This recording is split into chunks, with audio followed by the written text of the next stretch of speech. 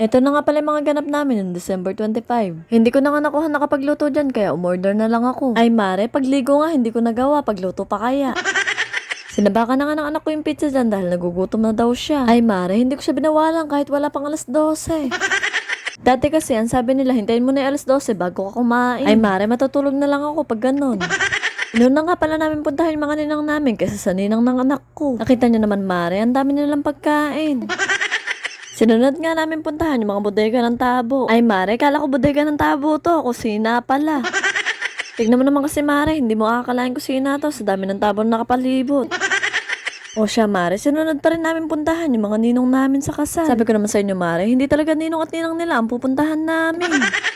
Etos lang yun mare, baka akalain mo naman totoo. Pinuntahan din naman namin yung iba pero yung iba hindi na. Abay mare, lalarga pa kasi kami papuntang Nueva Ecija. Pero syempre mare, kulang ang buhay namin pag wala yung bida-bida. Ay Jollibee pala.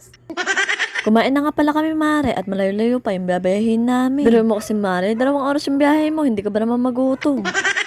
Dito na nga pala tayo sa Nueva Ecija, kaya paalam na. Mag-i-enjoy muna yung mare nyo, kaya paalam.